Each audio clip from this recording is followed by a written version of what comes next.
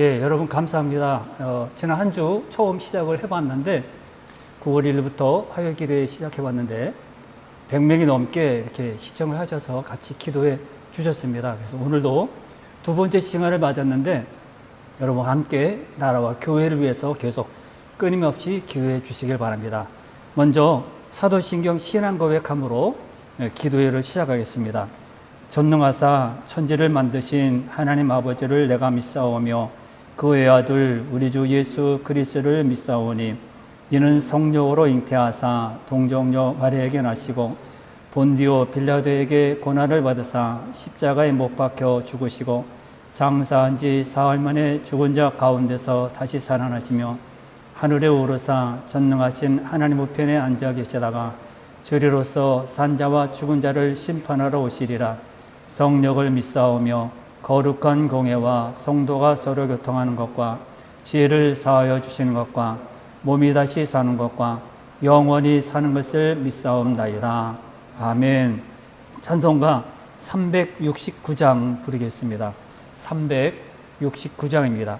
옆집에 요즘에 코로나 때문에 서로 옆에 집에 방해가 안 되도록 큰 소리보다도 이렇게 작은 소리로 기도 이렇게 부르셔도 괜찮겠습니다. 369장입니다.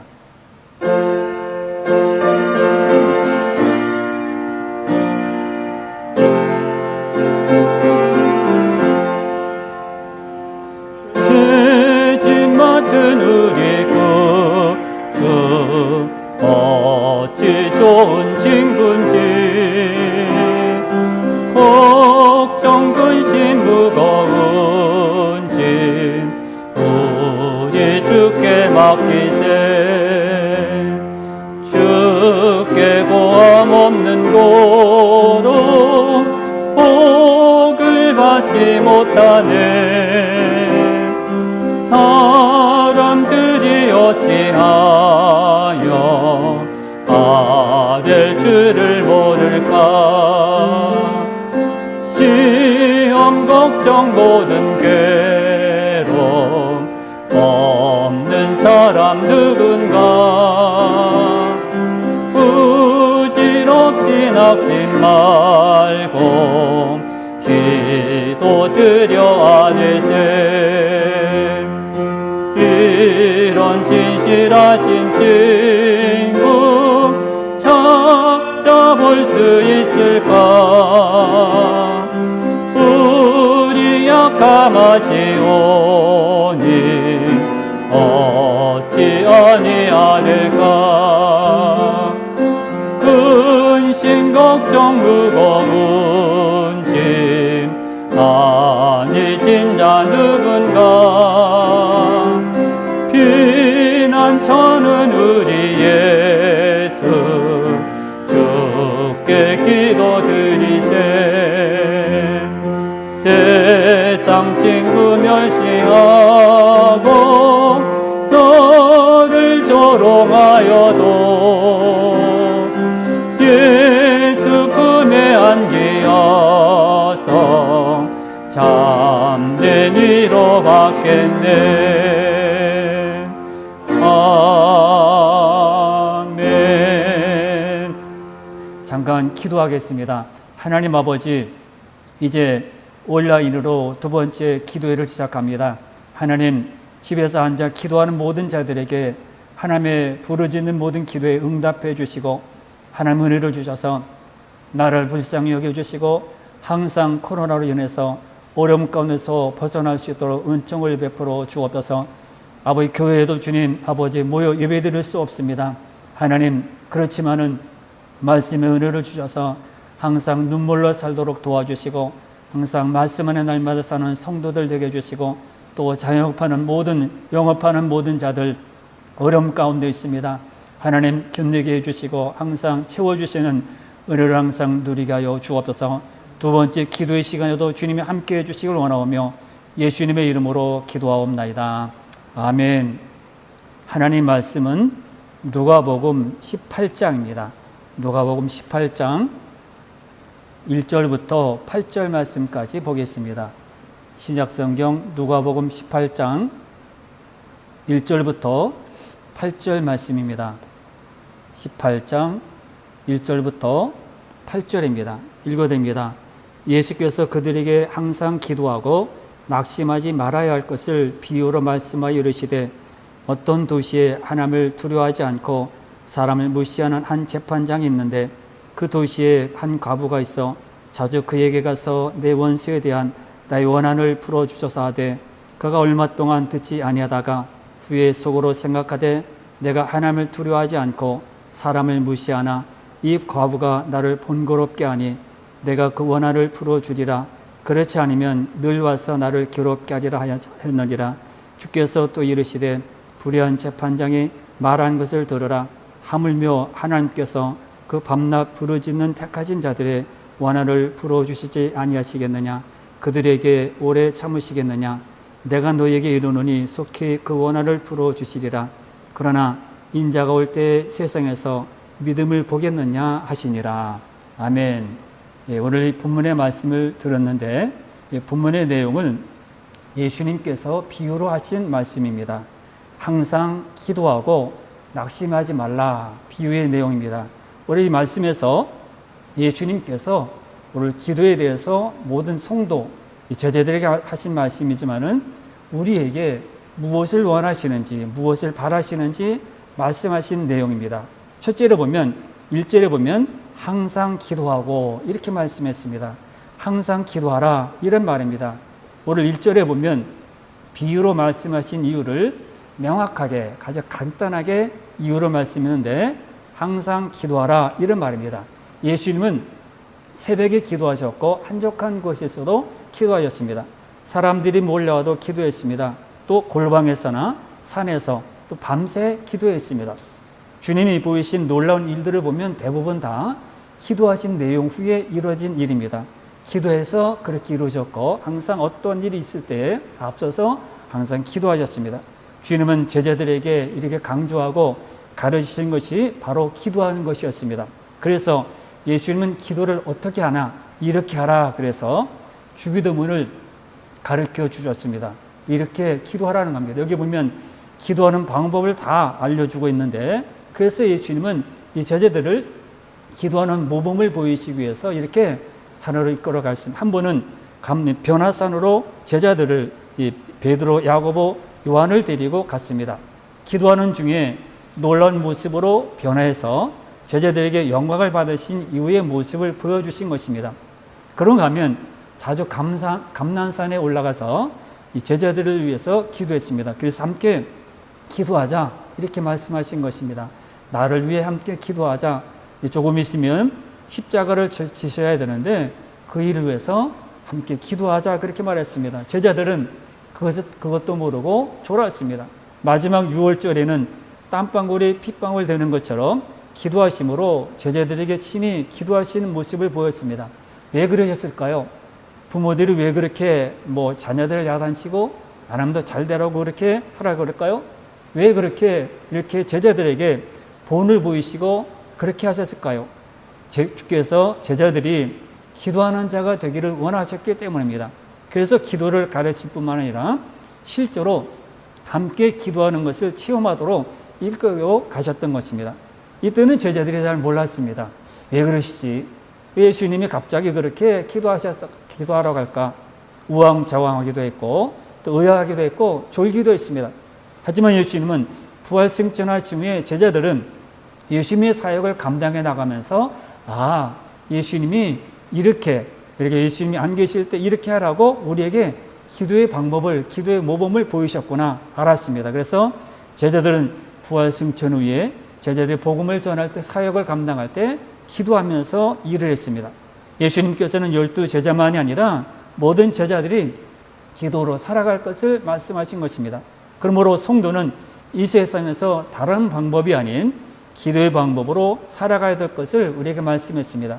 술수를 부리고 다른 계획을 세우고 노력을 하는 것이 아니라 기도의 방법을 통해서 살아가라. 자, 오늘 본문의 말씀에서 1절에 보면 항상 이렇게 했습니다. 1절에서 항상 기도할 것에 대해서 말씀했습니다. 이것은 두 가지인데 하나는 기도는 언제나 해야 한다는 것입니다. 우리가 살아가는 삶 전체에서 심지어 일상에서 소소한 것까지 기도하는 자가 되어야 합니다. 우리는 언제 기도합니까? 답답할 때, 일이 안 풀릴 때, 앞이 캄캄할 때, 도저히 내가 행할 수 없을 때에 우리는 기도합니다. 하나님 살려주세요. 나를 불쌍히 여겨주세요. 나를 도와주세요. 그렇게 합니다. 그러나 우리는 집을 나설 때나 차를 탈 때나 운전할 때나 기차를 탈 때나 누구를 만날 때나 항상 기도해야 됩니다. 성도는 언제나 기도하는 사람이 되어야 합니다. 두 번째는 뭡니까? 기쁠 때나 슬플 때나 기도해야 한다는 겁니다. 기쁠 때는 우리 얼마나 좋습니까? 할렐루야 하면서 두 손을 높이 들고 야 내가 이런 일이 있었어 그래서 멀리 있는 사람에게도 전화합니다. 그러나 안 될 때는 풀이 죽어가지고 하나님 나 안 계신가 봐, 하나님 나를 안 도와주신가 봐 그렇게 합니다. 항상이라는 것은 기쁜 일이 있을 때나 또 이 슬픈 일이 있을 때나 가리지 않고 기도하는 겁니다. 일이 안 될 때나 잘 될 때나 가리지 않고 기도하는 것을 항상이라고 말합니다. 항상 기도는 어떤 이유로든 기도하는 것을 쉬지 말아야 함을 뜻합니다. 성도는 세상 사람들과 다릅니다. 세상 사람들은 원망하고 아니면 낙심하고 좌절합니다. 그러나 성도는 기도의 특권이 있기 때문에 기도해야 됩니다. 바로 항상 기도하는 모습이 성도의 모습입니다. 둘째는 우리는 우리에게 낙심할 상황이 올 수 있다는 것을 예수님은 예고하고 있습니다. 기도하는 사람에게도 낙심할 때가 옵니다. 좌절할 때가 옵니다. 우리는 기도를 도깨비 방망이처럼 생각합니다. 그래서 뚝딱 나와서 금 나와라 뚝딱 하고 아니면 변신을 하고 아니면 다른 것으로 옮겨가기도 하고 주님은 기도를 도깨비 방망이라 그렇게 말씀하지 않습니다. 1절에 뭐라고 합니까? 항상 기도하고 낙심하지 말아야 될 것이다. 이것을 말씀합니다. 낙심하기보다는 기도하라는 뜻입니다.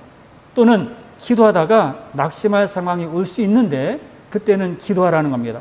우리가 살다 보면 착실하게 신앙생활을 해왔어요.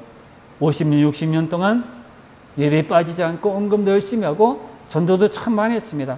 직분도 잘 감당해 왔습니다. 더군다나 항상은 안 했을 몰라도 항상 기도하고 어디를 가든지 예배드리고 항상 말씀으로 살았습니다. 또 어려울 때는 더 특별히 더 간절하게 기도하면서 살아왔습니다. 그런데 여러분, 그럼에도 불구하고 문제가 꼬여갈 때가 있고 지속적으로 기도하는데도 불구하고 문제가 해결되지 않습니다. 간절히 기도하는데도 여전히 가난의 굴레에서 벗어나지 못합니다. 사랑하는 성도 여러분, 오늘 주님은 우리에게 뭐라고 합니까? 우리에게 다른 것을 원하지 않고 낙심할 때가 올 때 그때 뭐라고요? 기도하라고. 기도하는 삶을 살더라도 일이 잘 풀리지 않을 때가 있으니 그때가 되더라도 믿음이 떨어지지 말라고 기도하라고 낙심하지 말라고 주님은 말씀하십니다. 기도를 들으시고 응답하시는 것은 기본 원칙입니다. 우리의 기도를 주님이 다 들으십니다. 우리 모든 간구하는 소리를 내 마음에 조그만 것들로 다 들으신다고 말씀했습니다. 그런데 우리가 생각할 때는 하나님이 잠잠하신 것 같아요. 내 기도를 안 들으시는 것 같아요. 내 옆에 사람만 기도하고 기도만 응답하고 내 기도는 주님이 패스하고 지나가신 것 같아요. 잠잠할 때가 많습니다. 그러나 그것은 내 생각이고요. 주님은 여전히 살아계시고 우리의 기도를 귀를 기울이시고 항상 실심하게 들으십니다. 그래서 우리는 기도하다가 낙심할 때가 되어도 낙심하지 말아야 합니다. 그것을 오늘 예수님은 비유로 말씀했습니다. 불의한 재판장이 있는데 그가 와서 과부가 와서 계속 와서 해결해 주지 않으면 또 올 것이다. 해결해 주는 내용을 비유로 말씀했습니다. 낙심하지 말라는 거예요. 찾아가도 난 몰라. 나하고 무슨 상관이야. 너 같은 사람은 없어도 돼. 그런데 낙심하죠. 기도하다가 낙심할 때가 너무 많습니다. 그리고 마지막은 뭡니까? 우리의 기도로 믿음을 보이라는 겁니다. 우리는 다른 것을 믿음을 보일 때에 부자가 되고 높은 빌딩이나 아니면 큰 아파트나 자동차 있는 것이나 자녀들 잘 되는 것을 보일 때가 참 많습니다. 그러나 오늘 예수님은 뭐라고 합니까? 기도로 내 믿음을 보이라 말씀합니다. 기도는 다른 것이 아닙니다. 내 인생의 주인은 하나님이라는 것을 고백하는 겁니다. 기도를 한다는 것은 오직 모든 일이 주님께로 말미암는다. 주께로부터 온다. 그런 뜻입니다.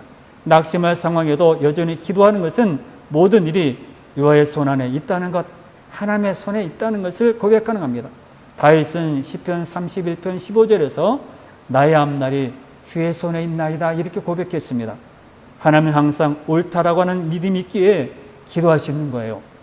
그래서 예수님은 8절에서 그러나 인자가 올 때에 세상에서 믿음을 보겠느냐 그렇게 말씀했습니다.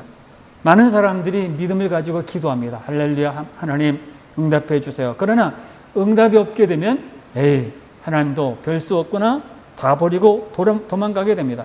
더 이상 기도하지 않습니다. 그러기에 어떤 상황에서도 기도하기를 멈추지 않아야 합니다.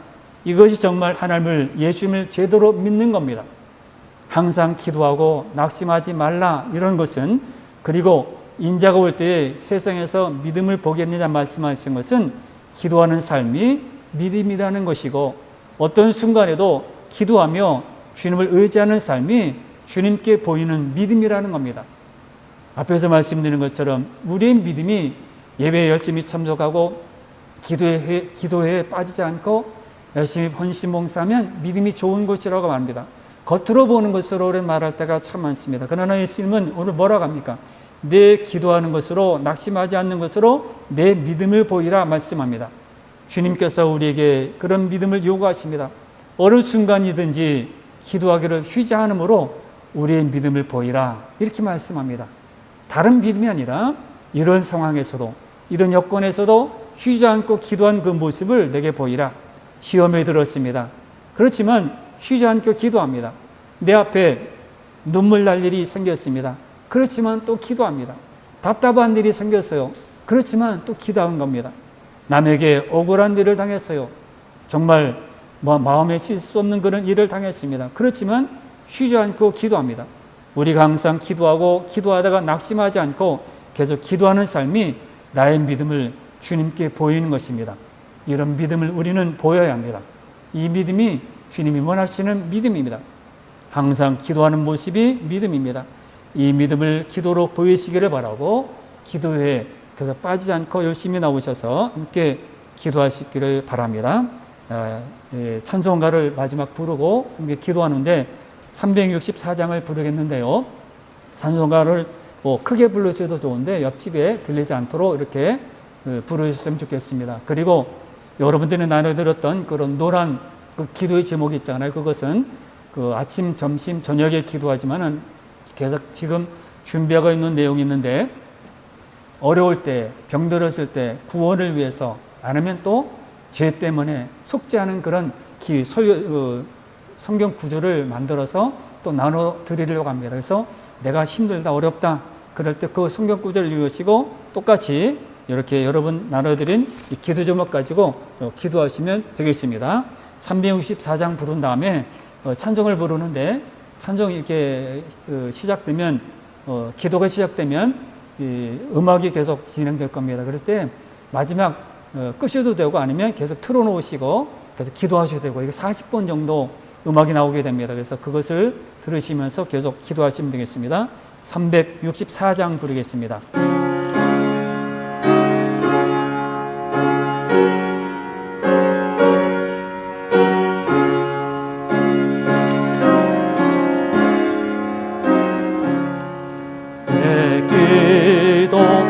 기도하는 그 시간, 그때가 가장 즐겁다.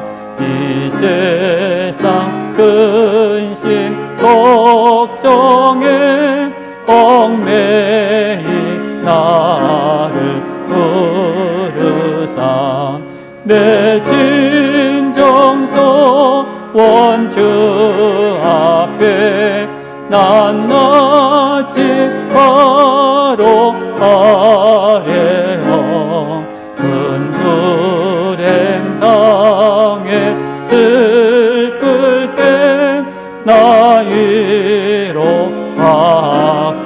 하시네. 내 기도하는 그 시간 내게는 가장 귀하다. 저 광야 같은 세상을 끝없이 방황하면서 위대한 길로 나가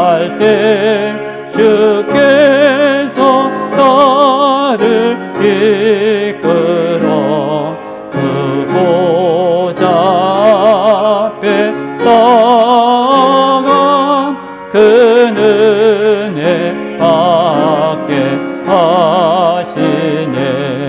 내 기도하는 그 시간 그때가 가장 즐겁다. 이때껏 지은 근죄로 내 마음 진히 아파도 참 마음으로 뉘우쳐 가슴 힘없이 아뢰며 주 나를 위해 복 주사 새 은혜 부어 주시네. 내 기도하는 그 시간 그때가 가장 즐겁다. 주 세상에서 일찍이 조요란 한곡 피하여 빈들에서 나사에서 온 밤을 세워 지내사 주 예수 진히 기도로 큰 본을 보여주셨네. 아멘. 각자 집에서 기도하는 시간이지만은 주여를 조그맣게 부르고 함께 기도하겠습니다. 주여.